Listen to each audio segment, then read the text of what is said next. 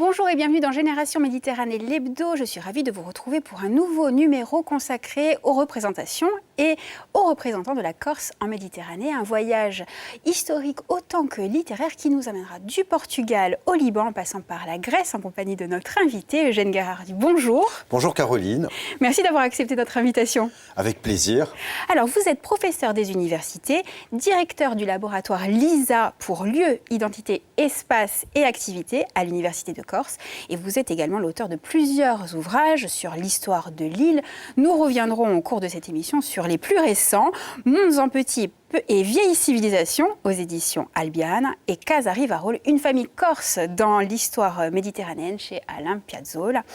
Alors avant de nous plonger dans ces publications passionnantes, je dois le dire, pouvez-vous me dire ce qu'il y a de plus méditerranéen en vous, mon cher Eugène Gherardi? Ce qu'il y a de plus méditerranéen en moi, écoutez, je pense que c'est peut-être mon prénom. Voilà, et qui me colle véritablement à la peau, puisqu'un prénom, c'est véritablement. On a du mal à s'en marque. défaire. On arrive. Voilà, et moi j'ai eu quelques difficultés avec ce prénom, qui est le prénom, comme beaucoup de Corses, je porte le prénom d'un de mes deux grands-pères. Et lorsque j'étais jeune, un peu plus jeune, je dirais, j'ai eu quelques difficultés, parce que c'était pas un prénom vraiment à la mode, et il est méditerranéen, puisqu'il nous renvoie à la Grèce. Je dirais que maintenant, je me suis réconcilié avec mon prénom. C'est bien. Voilà. Et qu'est-ce qui vous a poussé à travailler sur la Méditerranée? Je crois que la Corse et son histoire sont le point de Alors, départ. effectivement, c'est la Corse. Ma porte d'entrée vers la Méditerranée, c'est essentiellement la Corse, c'est l'étude de la Corse. Moi, je suis issu d'une filière études corse, mais également histoire. Et je m'intéresse beaucoup à l'histoire comparée culturelle de la Méditerranée à travers la Corse, c'est-à-dire la Corse, mais également dans sa dimension européenne et surtout méditerranéenne. Oui, d'ailleurs, le laboratoire LISA, ses travaux, ses recherches, ses publications ont une dimension méditerranéenne plus qu'assumée, c'est leur essence même. Ah oui, c'est notre raison d'être.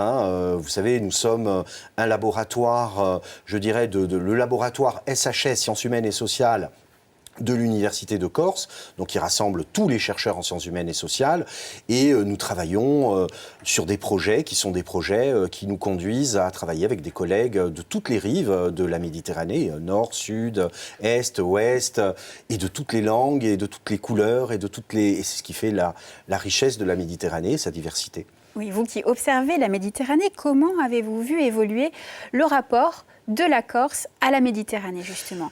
On n'est pas vraiment dans une relation je t'aime, moi non plus. On est plus dans la redécouverte d'un intérêt de notre environnement direct. Oui, et je dirais que les travaux qui sont conduits à l'université, mais également ce que vous faites à la télévision, à Viasté, la radio, conduit les Corses et la société à s'interroger et à se poser ces questions, les questions de la place de la Corse dans la Méditerranée, puisque nous sommes véritablement à la périphérie de la France. Nous sommes métropolitains, oui. Mais on est quand même la région la plus au sud de la France, au cœur du bassin occidental de la Méditerranée. Et bien évidemment, cela suscite beaucoup d'interrogations de notre part, des interrogations qui sont des interrogations d'ordre historique, géographique, culturel, linguistique, et cette question-là, elle ouvre des perspectives qui sont des perspectives immenses, sur lesquelles nous travaillons. Nous avons commencé à travailler, mais nous n'avons pas toutes les réponses. Bien sûr, et c'est ça qui est intéressant. Oui, c'est le plaisir de la recherche. Vous savez, la recherche, c'est comme une drogue. Voilà, dans le bon sens du terme. C'est-à-dire le plaisir de la découverte, mais aussi le plaisir de faire partager cette découverte. Oui. Voilà, on ne garde pas cette connaissance, on la fait progresser, mais moi, j'aime la recherche quand elle descend de son piédestal et quand elle sort de sa tour d'ivoire. C'est-à-dire quand elle communique et qu'elle dialogue avec le plus grand nombre et la société. Oui, c'est un peu de passer de la théorie à la pratique, en Absolument. fait. Vivre la Méditerranée Au-delà Oui, de la oui. théoriser. Oui, oui, et puis la vivre de manière incarnée et charnelle et sensible. Hein. Moi, ce qui m'intéresse dans la Méditerranée et dans la Corse, c'est véritablement de l'étudier et d'avoir une approche par le biais de l'histoire des sensibilités, hein, je disais l'histoire de la culture, l'histoire des sensibilités, et puis une histoire incarnée aussi. Oui. Voilà. On va y revenir, mais avant ça, Oui. l'Université de Corse joue un rôle moteur dans cette réappropriation médicranéenne.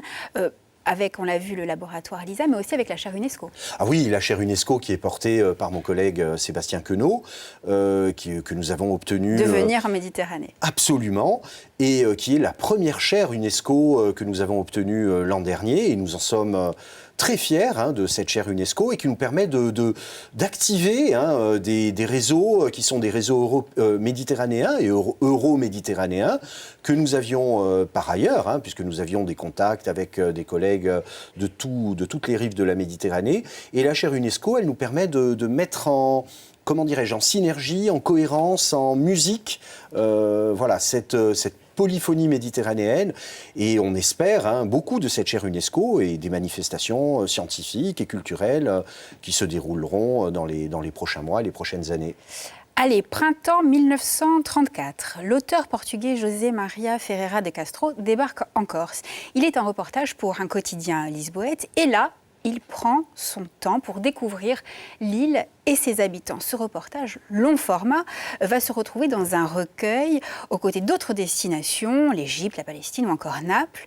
Le titre de ce recueil, Mondes en petit et vieilles civilisations. Et je me suis dit que ça pourrait être aussi une bonne définition de la Méditerranée. Oui, puisque la Méditerranée, c'est à la fois... bon, alors là, on enfonce des portes ouvertes, mais allons-y, parce que je pense que il faut dire les choses. C'est un mélange subtil d'archaïsme sociologique. On le voit, on peut l'observer à l'échelle de la Corse, mais à l'échelle d'autres régions de la Méditerranée Bien également. sûr. Et puis également d'évolutions qui sont des évolutions liées à l'histoire, à la modernité. Voilà. Donc, Mondes en petit et vieilles civilisations, c'est véritablement un résumé de notre essence méditerranéenne, corse et méditerranéenne.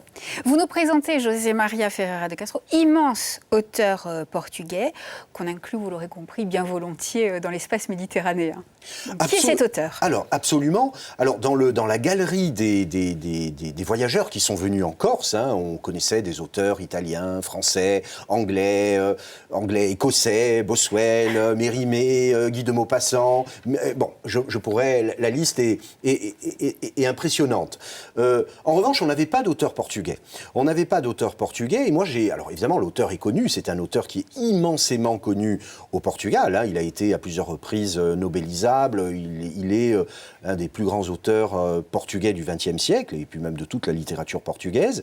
Et il se trouve qu'il est venu en 1934 en Corse, vous l'avez dit, dans le cadre, je dirais, de ses activités journalistiques.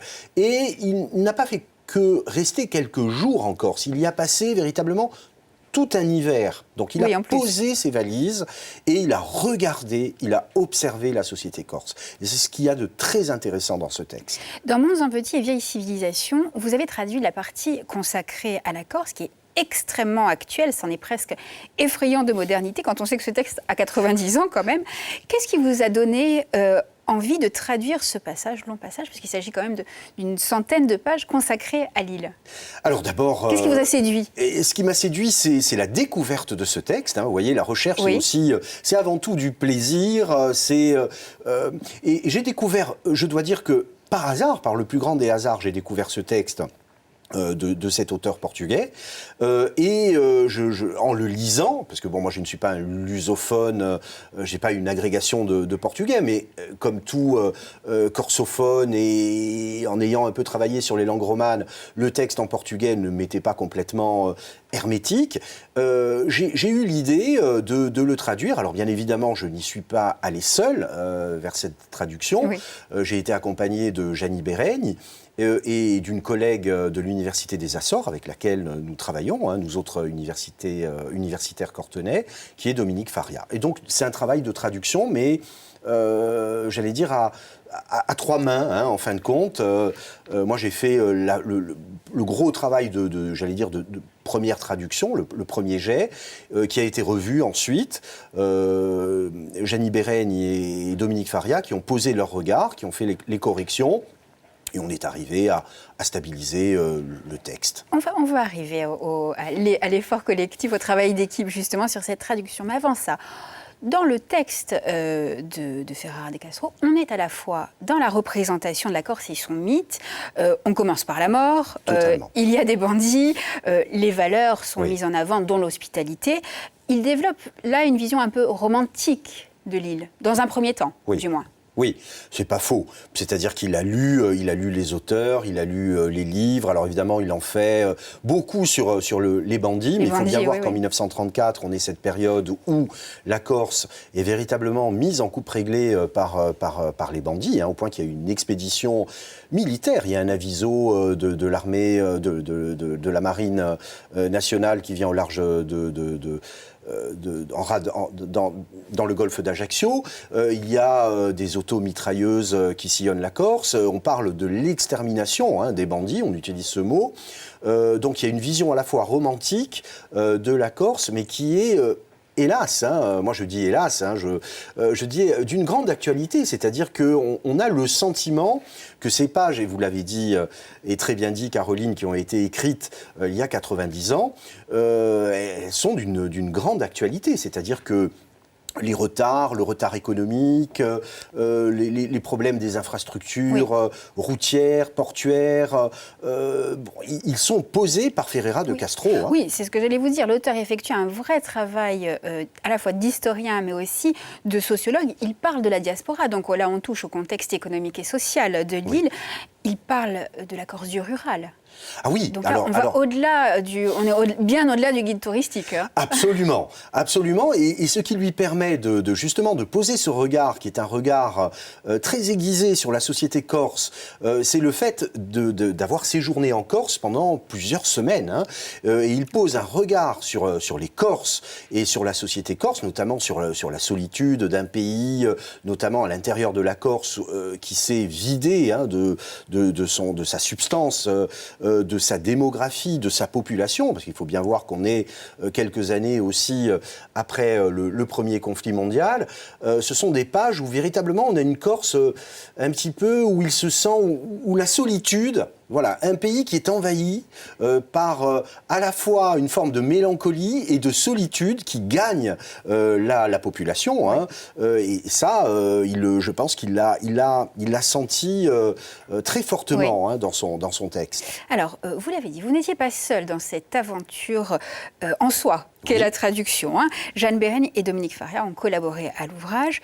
Une question qui sort un peu du champ méditerranéen, mais quoi qu'il s'agisse d'un adage italien, si je vous dis traductor et traditor, dans quelle mesure pensez-vous être resté fidèle ou avoir trahi le texte original ? Alors, les deux, Caroline. Je pense que quand on fait un travail de traduction, on sait très bien qu'on ne trouve jamais l'analogie parfaite d'une langue à l'autre et que nécessairement, lorsqu'on fait ce travail de traduction, on perd. Il y a une perte au niveau de la langue originelle. Je dois dire qu'on a essayé de conjurer cet exercice de la traduction. On s'est posé longuement la question et puis on s'est dit finalement, on y va.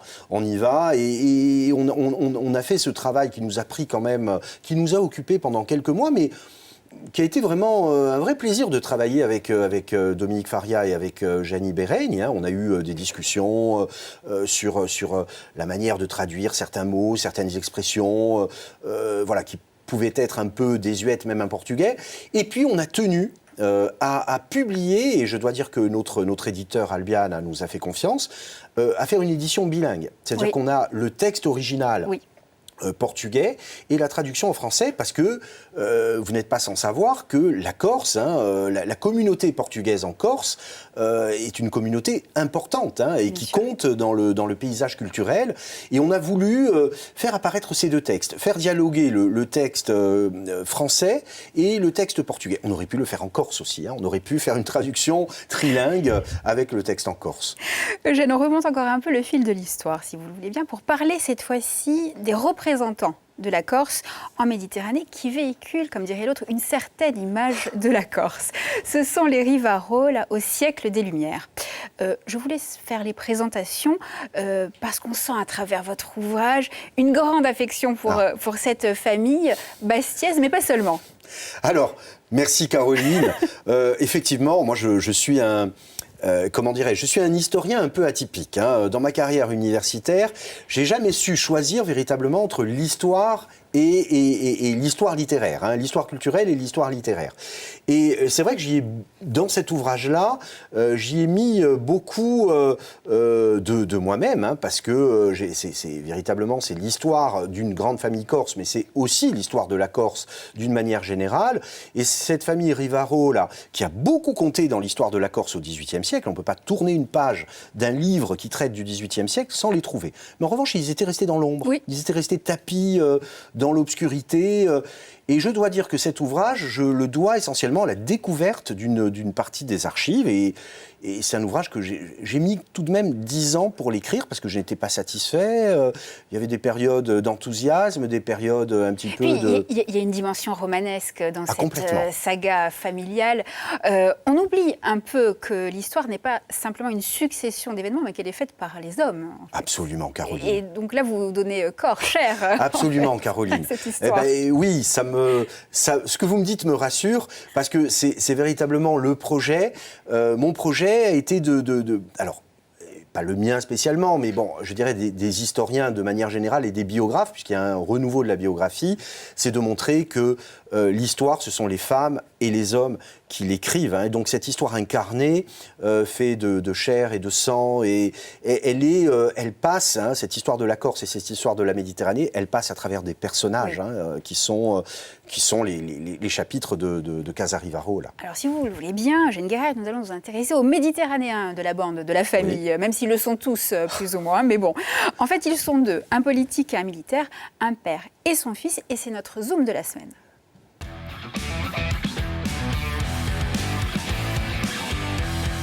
Alors, si vous le voulez bien, on commence par le père Antonio, consul général du roi de Sardaigne, basé à Livourne, cosmopolite en diable à cette époque. Ah oui, alors Antonio Rivaro, là, vous l'avez dit. C'est le diplomate. Il est diplomate. Lui, c'est un homme véritablement rompu à la discussion, à l'échange. Il est, dans le XVIIIe siècle corse, une sorte de ministre des Affaires étrangères, alors il n'emporte pas le titre, ministre des Affaires étrangères du gouvernement corse de Pascal Paoli, puisqu'il est véritablement... Incroyablement fidèle à Pascal Paoli. D'une fidélité et d'une loyauté, je dirais, à toute épreuve. D'une fidélité à toute épreuve. Et c'est l'homme véritablement qui donne des informations à Paoli sur... ce qui se dit de la Corse dans les chancelleries, dans les grandes capitales européennes, à Turin, à Paris, à Versailles, puisque la cour est à Versailles, à Londres, à Vienne, à Madrid. Donc il est véritablement un homme du premier cercle des intimes de Pascal Paoli, et qui est véritablement d'une grande modernité, ouvert sur les idées des Lumières, cosmopolite en diable, vous l'avez dit. Il rencontre l'aventurier Giacomo Casanova, qui le mentionne, ce qui n'est tout de même pas rien dans ses mémoires, philosémite, ami de tous à Livourne, Livourne qui est véritablement la ville, une des villes les plus cosmopolites en Méditerranée, et il est véritablement un homme de son temps. Et puis son fils, lui qui prend plus les armes, il s'engage avec l'armée anglaise, et il va parcourir ainsi la Méditerranée au gré des avancées militaires. Alors son fils, effectivement, il en a eu deux, mais alors le plus jeune... Francesco qui quitte la Corse au moment où les Anglais évacuent la Corse, à la fin de l'épisode du royaume anglo-corse, et qui est véritablement un officier corse au service de la couronne britannique en Méditerranée, puisqu'on sait qu'au XIXe siècle, les Anglais sont partout en Méditerranée. Ils sont à Gibraltar, ils sont à Malte, ils sont en Égypte, ils sont en Grèce. Et on le sait, hein, l'histoire de la Méditerranée au XIXe siècle, elle est profondément marquée par la présence anglaise. Et ils traversent tout le 19e siècle. Et si vous allez chez les Rivaro, là, notamment dans le salon Rivaro là, de la maison Rivaro là, à Olette, lorsque vous rentrez dans ce salon, vous êtes frappé par ce grand portrait du général Rivaro, là, oui. en uniforme anglais, hein, l'uniforme rouge, red coat, des officiers anglais. Voilà, effectivement, il est un militaire avant tout. Eugène Garage, vous avez trouvé votre prochain sujet d'étude? Alors, je dois dire que, vous savez, moi, je suis un passionné de recherche. C'est mon oxygène, la recherche. J'adore lire, j'adore découvrir et j'adore faire partager mes découvertes.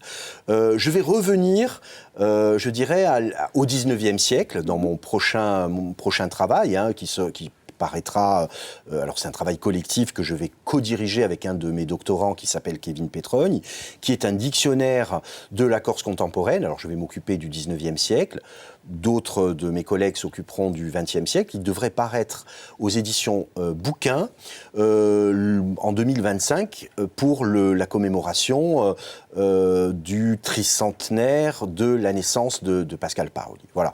Et puis j'ai aussi un rôle, je tiens à le dire, en tant qu'universitaire de transmission, c'est-à-dire d'aider les jeunes chercheurs, les doctorants, les étudiants qui sont en master, leur mettre le pied à l'étrier, les aider, voilà, parce qu'on est dans la transmission et dans le passage du flambeau, du témoin, voilà. Eugène Guérard, c'est l'heure de la bande originale.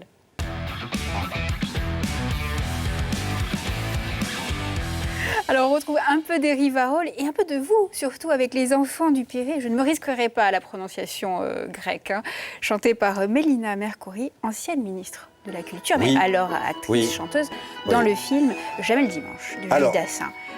Rapidement, en 1 minute. Alors, Jamais le dimanche, bien évidemment, qui est un film mythique, hein, qui se passe, qui est un film grec, hein, vous l'avez dit, de Jules Dassin en 1960, et c'est l'une des premières apparitions de Mélina Mercouri, qui est quand même une icône hein, de la Méditerranée, ministre de la Culture dans son pays, et véritablement une histoire méditerranéenne. Ce film, ça se passe sur les quais d'un port du Pirée, ça aurait pu se passer sur les quais du port de Bastia ou d'Ajaccio, et on voit que à travers les différences linguistiques, la Méditerranée, elle est aussi comment dirais-je, cet élément qui nous rassemble au-delà de nos différences linguistiques et culturelles. Eugène Garage, merci de m'avoir accompagné durant cette émission. Je rappelle le titre de vos 2 ouvrages, Mondes en petit et Vieille civilisation aux éditions Albiane et Casa Rivaro, il est là. Une famille corse dans l'histoire méditerranéenne chez Alain Piazzolla. Merci à vous de nous avoir suivis. On se retrouve la semaine prochaine, même endroit, même heure, toujours sur France 3 Corse via Stella ou sur la plateforme France.tv pour le replay. Salut! Ti spegnes tua lasi, je mi